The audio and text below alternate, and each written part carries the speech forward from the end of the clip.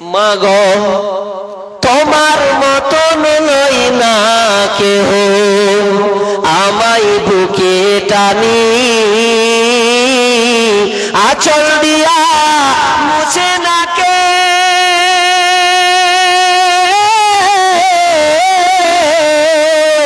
আঁচল দিয়া মুছে না কে আমার চোখের পানি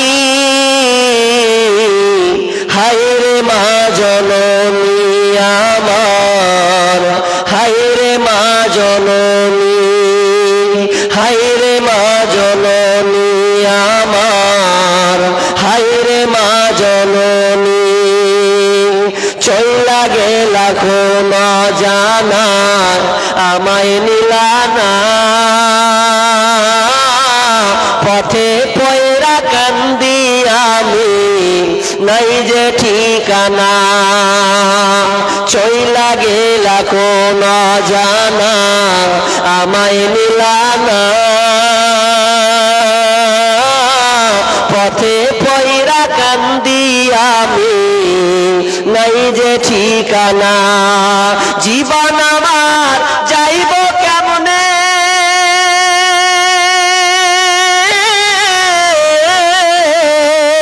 জীবন আমার যাইব কেমনে একটু ভাবনি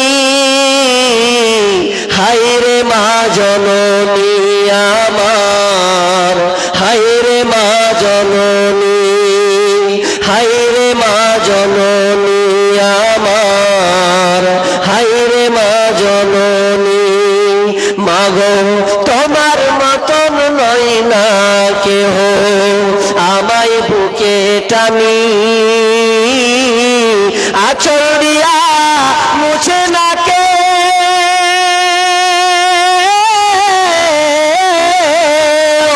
আঁচল দিয়া মুছে না কে আমার চোখের পানি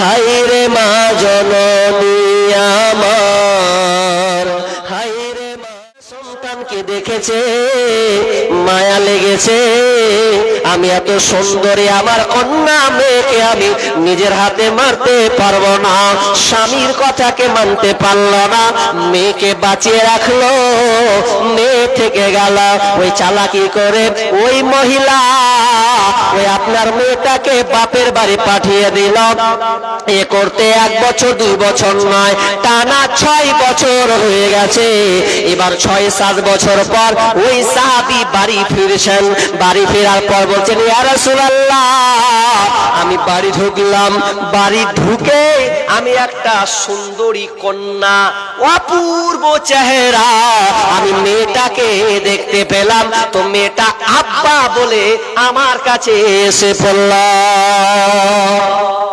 আমি স্ত্রীকে বললাম হ্যাঁ গো মেয়েটা কে গো খুব সুন্দর একটা মেয়ে গো কার এটা মেয়ে গো বলছে স্বামী আমার এটা কারো মেয়ে নয় এটা আপনার নিজেরই কন্যা নিজেরই মেয়ে তো বলছে কি ব্যাপার তোমাকে যে বলেছিলাম কন্যা সন্তান হলে গলা টিপে মেরে দেবে কিন্তু কেন বাঁচিয়ে রাখলে বলো বলছে স্বামী আমার কেমন করে কন্যা সন্তানকে মারবে বলো তুমি নিজেই দেখো চেহারাটা কত সুন্দর হয়েছে মাশাআল্লাহ দেখতে কত সুন্দর হয়েছে তো বলছে মেয়েটা তাই তো দেখি কন্যা তো আমার সুন্দর দেখতে ভালো কিন্তু মন তো মানে না মেয়ে তো আমার নয় 8 বছর 7 বছর হয়ে গেছে এ তো লোক আমাকে ছি ছি করবে গাল বন্ধ করবে জামানা জাহেলিয়াত কি করবে মায়া লাগলেও কিছু করার নেই এখন বাচ্চাকে মারতে হবে বাড়ি থেকে বের হয় আরে তোর নাকি বলে বড় একটা বেটি আছে 7 বছর হয়েছে মেয়েটাকে বলতো মেয়ে চল তুই কি আমার কাছে যাবি, তোকে বিয়ে করবা, তুই কি আমার সঙ্গে মিলবি বল। তো কেউ যদি জোর করে মেয়েটাকে নিয়ে চলে যেত, কারো কিছু করার ছিল না। এক কথা, মেয়েদের কোনো মর্যাদাই ছিল না, মেয়েদের কোনো সম্মান দেওয়া হতো না।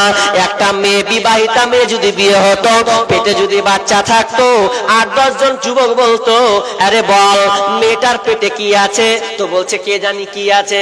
একজন বলছে ছেলে আছে, একজন বলে মেয়ে আছে, একজন বলছে ছেলে আছে, একজন বলে মেয়ে আছে। এবার 8 জন বলছে এক কাজ কর, অত মারামারি করে লাভ নেই, মেয়েটাকে ধর, ধরার পর পেটটা চিড়ে দে, কন্যা সন্তান আছে, পুত্র আছে, অটোমেটিক ধরা পড়বে। তো মেয়েটাকে ধরা হতো আর সামনাসামনি ফেরে দেওয়া হতো, ফেরে বাচ্চাটাকে বের করা হতো। তখন তারা বলতো দেখ ছেলে হয়েছে রে ছেলে। তার মানে মেয়েদের কোনো সম্মান হতো না। রাস্তায় পেলে মেয়েটাকে ধর্ষণ করত, রাস্তায় পেলে মেয়েটাকে কুচুকাটা করে দিত, কোনো মর্যাদায় তাদের ছিল না। তোর ওই সাহাবীটা বেচইন ঢুকে গেল, না না না, আমার মেয়েকে আমি বাঁচিয়ে রাখবো না, আমার চোখের সামনে আমার মেয়ে জি হবে, আমার মেয়ের ইজ্জত নষ্ট হবে, বাপ হিসাবে আমি মানতে পারবো না, তার থেকে মেয়েটাকে পুঁতে দেব, 2 দিন কানবো, ঝামেলা মিটে যাবে। বাপ এ কষ্ট নিতে পারতো না, 2 দিন কানবো, ঝামেলা শেষ, দরকার নাই। এত জাহিলিয়াত, এত বর্বর, জঘন্য, আয়ামে জাহিলিয়াত, নোংরা জাহিলিয়াত, মেয়েদের কোনো মর্যাদা ছিল না। আজকে কত সুন্দর আপনি দেখতে পাচ্ছেন, নবী আমাদেরকে দিয়ে গেছেন নূর, এই আলো, এই ইসলাম, এই হেদায়েতের পথ আল্লাহ তাআলা দিয়েছেন, নবীর মাধ্যমে দেখিয়ে দিয়েছেন ইসলাম কত শ্রেষ্ঠ, কত শ্রেষ্ঠ, এর চাইতে আর কিছু নাই। মেয়েরা আজকে কত সুন্দর জালসা বসে আলোচনা শুনতে পাচ্ছে। তো ওই সাহাবীটা এবার সিদ্ধান্ত নিল মেয়েটাকে কিভাবে মারা যায়। এই জন্য তিনি কি করলেন, স্ত্রীকে বলছেন, বিবি রে, ওই কন্যা সন্তানটাকে তুমি ভালো করে সাজিয়ে দাও, ওকে আমি আপনার কিনা ওর নানির বাড়ি নিয়ে যাব, মামার বাড়ি বেড়াতে নিয়ে যাব। মাটের পেটো যে আমার সন্তান বাঁচবে না, ওর বেড়াতে যাওয়ার কোনো জায়গা নাই, ওকে বাঁচতে দেবে না। এরপরে বাধ্য হয়ে স্ত্রী সুন্দর করে কন্যা সন্তানকে সে সাজিয়ে দিত রে। এরপর ওই গার্জেন নিয়ে চলে যেত, নিয়ে যাওয়ার পর মরু প্রান্তরে নিয়ে গেছেন, বলছেন ইয়া রাসূলুল্লাহ, আমার কন্যাকে আমি মরু প্রান্তরে নিয়ে চলে গেলাম, নিয়ে যেতে আমরা দুজনেই ঘুরতে লাগলাম। আমি মেয়েকে বলছি, মা রে, তুমিও আমার সঙ্গে গর্ত খনন করো। আপনার কিনা গর্ত, বালুয়ারি মাটি গর্ত খুঁড়তে খুঁড়তে খুঁড়তে খুঁড়তে খুঁড়তে খুঁড়তে সাহাবীটা বলছেন, ইয়া রাসূলুল্লাহ, আমার মেয়ে কত সুন্দর ছিল জানেন, আমাকে কত ভালোবাসতেন জানেন। আমি যখন মাটিটা খুঁড়ছিলাম, বালুয়ারি মাটি যখন তুলছিলাম, আমার দাড়িতে এসে ধুলাগুলো লাগতো, আর আমার কন্যা বলতো, আব্বু তোমার দাড়িতে ধুলা লেগেছে। তো নিজের হাতে আমার কন্যা দাড়ি থেকে ওই ধুলাগুলোকে ঝেড়ে দিত, এত সুন্দর করে ঝেড়ে দিত, বড্ড আমার মায়া লাগতো রে। কিন্তু কি করব, এরপরে আমার মন মানে না, যখন পুরো গর্ত হয়ে গেছে, আমি ধাক্কা দিয়ে আমার কন্যাকে আমি গর্তে ফেলে দিলাম। গর্তে যেমনই ফেলে দিলাম, কন্যা সন্তান মেয়েটা বলছে, আব্বা আমার কি অপরাধ গো আব্বা, এমন কি এমন অন্যায় করলাম যে তুমি আমাকে গর্তে ফেললে? আব্বা তুমি তো আমাকে বেড়াতে নিয়ে যাবে বলে মায়ের কাছ থেকে আমাকে নিয়ে এসেছো, এখন দেখি বেড়াতে নয়, তুমি আমাকে মারার জন্য এখানে নিয়েছো। আব্বা আব্বা আমি আপনার সামনে কোনোদিন আসবো না, তোমার কাছে আমি ভিক্ষা চাই, তোমার কাছে আমি ভিক্ষা চাই, খবরদার তুমি আমাকে জানা মারিও না। আব্বা যদি ভালো না লাগে তোমার সামনে আসবো না, কোনোদিন আব্বা বলে তোমাকে আমি ডাকবো না, মায়ের সামনেও কোনোদিন যাব না, এমন একটা জায়গা, নিরালা জায়গা চলে যাব আব্বা জান, আপনাদের সামনে কোনোদিনও আসবো না। এই বলে আর্তনাদ করতো, আব্বার কাছে ফরিয়াদ করছে, ইয়া রাসূলুল্লাহ, মেয়ে আমার কাছে আরজ করতে আছে, বলতে আছে, কিন্তু মন মানল না, শয়তান প্রচারণা আমাকে দিতে থাকলো, আমি মানতে পারলাম না। বিশাল বড় একটা পাথর নিলাম, পাথর নিয়ে আমার মেয়ের মাথায় জোরে মেরেছি, মাথা ছিটকে রক্ত চারদিকে চলে গেছে। সেই শব্দ ছিল আব্বা, আব্বা আব্বা বলে কাঁদতে শুরু করেছে। ওই আওয়াজটা আমার কানে পৌঁছে এসেছে, এমন ভাবে আওয়াজ এসেছে, সম্পূর্ণ দাফন যখন করে দিলাম, চাপা মাটি দিয়ে দিলাম, মেয়েকে রেখে দিয়ে আমি যখন যাই, কানে শুধু আছে আব্বা, শুধু আব্বার শব্দ আমি শুনতে পাই। আমার টেনশন শুরু হয়ে গেছে, মেয়েকে আমি কেমন করে মারতে পারলাম, কেমন করে আমি মানলাম। বিশ্বনবীকে শোনাচ্ছেন, বিশ্বনবী কেঁদে কেঁদে দাড়িগুলোকে ভিজিয়ে দিয়েছেন। আহারে, এ ফুটফুটে কন্যা সন্তানকে তুমি কেমন করে মারতে পারলে? বলছেন ইয়া রাসূলুল্লাহ, সেই জামানার দৃশ্যতে আমি কিছু উপায় নাই, আমার কোনো রাস্তা ছিল না। ওই মেয়েকে আমি নিজের হাতে একটা নয়, দুইটা নয়, 8টা কন্যা সন্তানকে আমি নিজের হাতে জীবন্ত কবর দিয়েছি। আল্লাহ রাসূল বললেন, সাহাবী, তুমি এত নোংরা কাজ করেছো, আল্লাহ তোমাকে মাফ করবে। তুমি তখন মুসলিম হওনি, এখন ইসলাম গ্রহণ করেছো, তবে তোমাকে কি করতে হবে? 8টা গোলাম আজাদ করতে হবে। তখন সাহাবী বলছেন, 8টা তো গোলাম আমি তো ওটা পারবো না, তবে আমার 8টা উট আছে। তো বলছে, তুমি তাহলে ওই তোমাদের মেয়ের পক্ষ থেকে, তাদের পক্ষ থেকে তুমি 8টা উট কুরবানি করে দাও। তাহলে জাহিলিয়াত জামানা কত খারাপ, কত নোংরা, ওটা আল্লাহ তাআলা বলছেন, আইমসিকহু আলা হুনিন আম ইয়াদুসসুহু ফিত তুরাব। তারা চিন্তা করতো মেয়েটাকে পুঁতে দেবে না রেখে দেবে, মেয়েটাকে জীবন্ত পুঁতে দেবে না মেয়েটাকে বাঁচিয়ে রাখবে। শেষে আমার আল্লাহ বলছেন, আলা শাআ ইয়াকুমুন, মেয়েটাকে মানে তারা সিদ্ধান্ত যেটা নিত, কতই না জঘন্য একটা সিদ্ধান্ত। মেয়েদেরকে পুঁতে দিতে হবে, কত নোংরা। এবার যদি একটা ঘটনা বলি, আরো তাজ্জব হয়ে যাবে। সাদে মেয়েদেরকে বাঁচিয়ে রাখতো না, একটা ঘটনা বললো বুখারী থেকে, আরো তাজ্জব হয়ে যাবেন আপনি, যে এত নোংরা, মেয়েদের এরকম সম্মান ছিল না। বলছে, জি না, মেয়েদের কোনো সম্মান ছিল না। মা আয়েশা নিজে হাদিসটি বর্ণনা করছেন, কিতাবুন নিকাহ, কিতাবুন নিকাহ অধ্যায় আপনি যাবেন, এই হাদিসটা আপনি পাবেন যে জাহিলিয়াতে বিবাহ কেমন ভাবে হতো। 4 ধরনের হতো। কয় ধরন বললাম? শুনছেন আমার আলোচনা? শুনছেন? কয় ধরনের বললাম? 4 ধরনের বিবাহ হতো। 3টা ছিল জঘন্য, একটা এই আমরা যেভাবে বিবাহ করছি এভাবে, মানে গার্জেন বলতো যে হ্যাঁ আপনার মেয়ে খুব সুন্দর, এই লেন, আর কিছু অনেক আলাপ আলোচনা করে বিয়ের তারিখ দিক ঠিকঠাক করে বিয়ে হয়ে যেত। তো এটাও ছিল, কিন্তু খুব কম। আর বাকি 3টা নিয়ম ছিল খুবই জঘন্য। বলবো, শুনতে রাজি আছেন তো? মেয়েদের কোনো সম্মান ছিল না। মা বোন ভালো করে শুনেন, মা আয়েশা নিজে হাদিসটি বর্ণনা করছেন, বলছেন মেয়েদের সম্মান ছিল না। বিবাহ কেমন করে করা হতো? প্রথম নম্বর তো বলে দিলাম, আমাদের স্বাভাবিক মতন বিবাহ। দ্বিতীয় নম্বর, বিবাহ নিয়ম কানুন দেখেন। যখন মেয়েটা প্রথম বিবাহ হতো, বিবাহ হওয়ার পর ওটা সম্পূর্ণ বিবাহ নয়। বিবাহ হওয়ার পর যখন ওই আপনার ছেলেটা মেয়েটাকে যখন বাড়ি নিয়ে আসতো, তো মেয়েটার যখন মেন চালু হতো, পিরিয়ড চালু হতো, যাকে হাইজ, যখন মেয়েটার হাইজ হতো, তো এটা লজ্জার নয়, এটা মহিলাদের জানার বিষয়। এটা আপনার কিনা, এটা আল্লাহ দিয়েছেন। এটা এমন একটা জিনিস যে এটার কারণে বাচ্চা পৃথিবীতে আসে। যদি কোনো মেয়ের মেন্স পুরোটাই বন্ধ হয়ে যায়, তাহলে ওর পেট থেকে কোনোদিন বাচ্চা আসবে না। এটার আল্লাহর কত বড় কুদরত। যতদিন ওই মেয়েটার মেন চলবে থাকবে, যদি লাইফের মতন একবার বন্ধ হয়ে যায়, আর কোনো সন্তান সে দিতে পারে না। তো মেয়েটা যখন মেন চালু হতো, সম্পূর্ণ ভালো হওয়ার পর, এবার স্বামী বলতো, শোনো তুমি চলে যাও, আর আমার বাড়িতে তুমি থাকতে পাবে না। তুমি এমন একটা বাড়ি যাবে, যেই বাড়িতে একটা ভালো বুজুর্গ, মানে নাম দামি মানুষ আছে, ওই মানুষটার বিছানায় তুমি যাবে। ওই মানুষটার বিছানায় গিয়ে এক বিছানায় তোমরা আড়ালে মিলন করবে। অতদিন পর্যন্ত মিলন করবে যতদিন পর্যন্ত তোমার পেটে বাচ্চা না আসবে। কত নোংরা।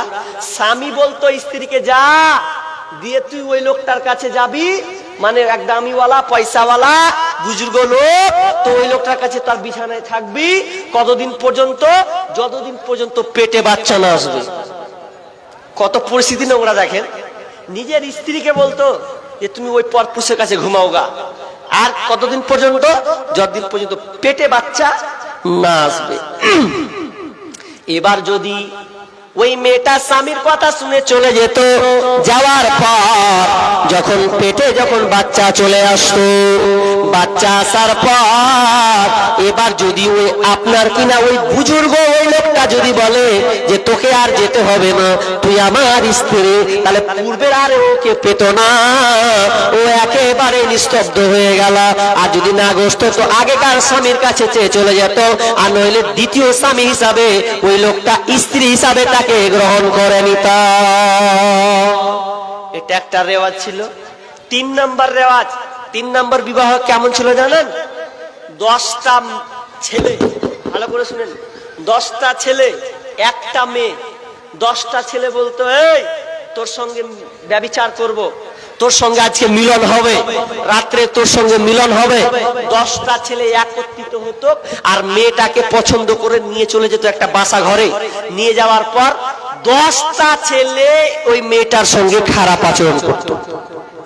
খারাপ আচরণ করার পর যখন মিলন হয়ে যাওয়ার পর যখন মেয়েটার পেটে যখন বাচ্চা আসতো, বাচ্চা আসার পর সন্তানটা পৃথিবীতে আসতো, তখন ওই মেয়েটা একটা সিদ্ধান্ত নিত কে আমার স্বামী হবে।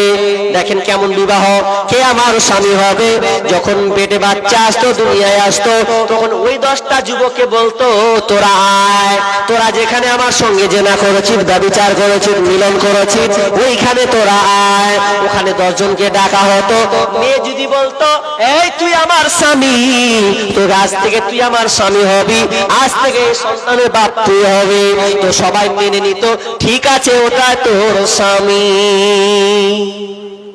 কত জঘন্য গো। 3টা গেল। 4 নম্বর কি হতো? 4 নম্বর এখন বর্তমানে আছে, বলবো বেশ্যালয় নাম শুনেছেন? বেশ্যালয় নাম শুনেছেন তো?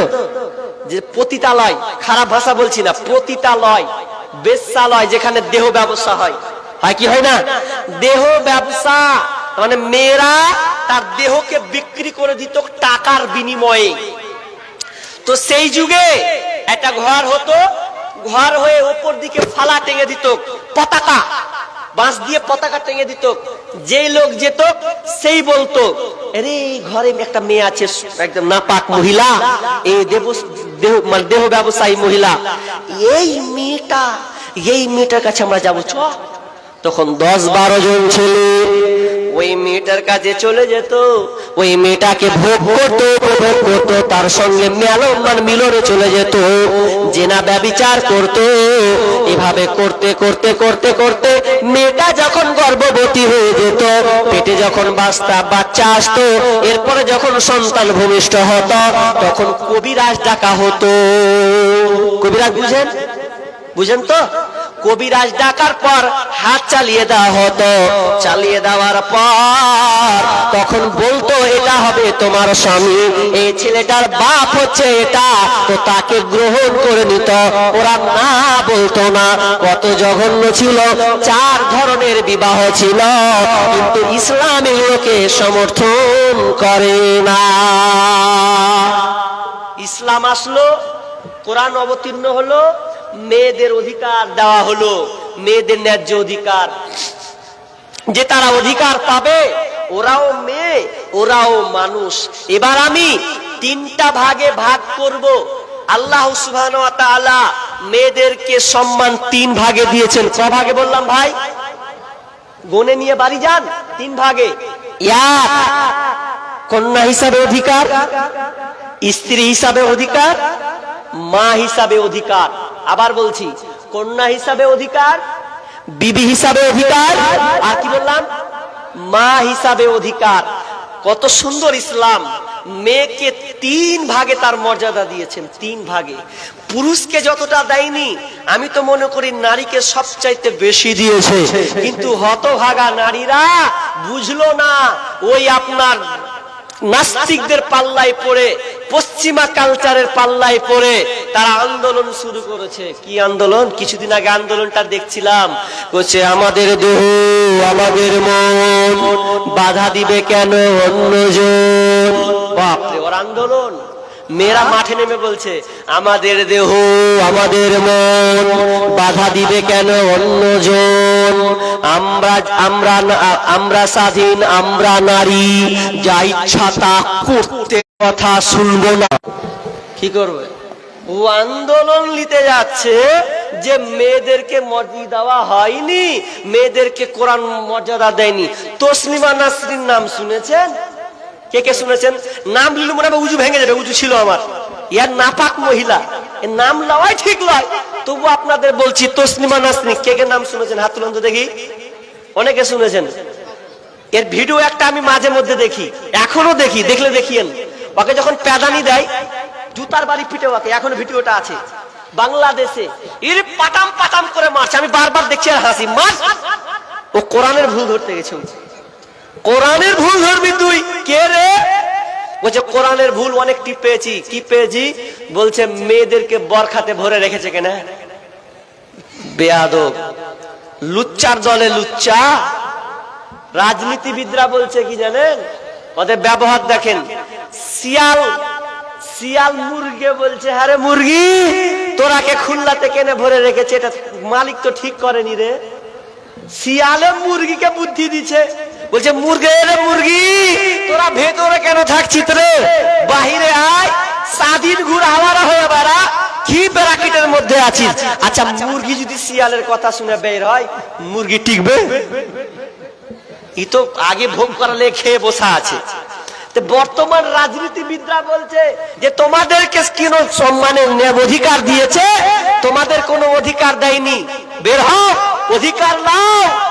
হাতে হাত, কাঁধে কাঁধ, গা জড়িয়ে জড়িয়ে ধরা, চল প্যান্ট শার্ট পরার ঘুর। অবস্থা খারাপ। আর মেয়েরা রাস্তা দখল করে নিয়েছে। লাইনি আপনাদের দিকের মেয়েরা ভালো।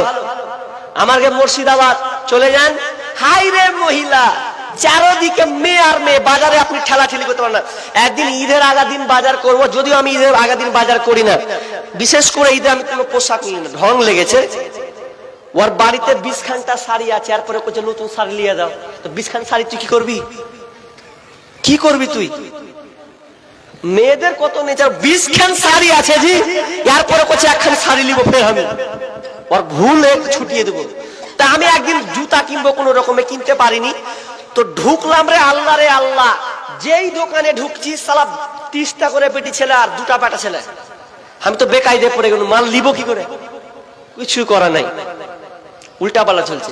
কিয়ামতের আলামত এসে গেছে, কিয়ামতের আলামত এসে গেছে, তাই তো ঘরের নারী রাস্তায় নেমেছে। কিয়ামতের আলামত এসে গেছে, তাই তো ঘরের নারী রাস্তায় নেমেছে। ওরে মাছ বাজারে কথা বলে মাছওয়ালার সাথে, স্বামী তাহার দাঁড়িয়ে আছে ব্যাগটা নিয়ে পিছে। ওরে মাছ বাজারে কথা বলে মাছওয়ালার সাথে, স্বামী তাহার দাঁড়িয়ে আছে ব্যাগটা নিয়ে হাতে। আরে স্বামী নিলেন মাছটা টেনে, স্ত্রী দেয় টাকা গুনে। স্বামী নিলেন মাছটা টেনে, স্ত্রী দেয় টাকা গুনে। স্বামী স্ত্রীর যেন সেবক হয়েছে, কিয়ামতের আলামত এসে গেছে, তাই তো ঘরের নারী রাস্তায় নেমেছে। কিয়ামতের আলামত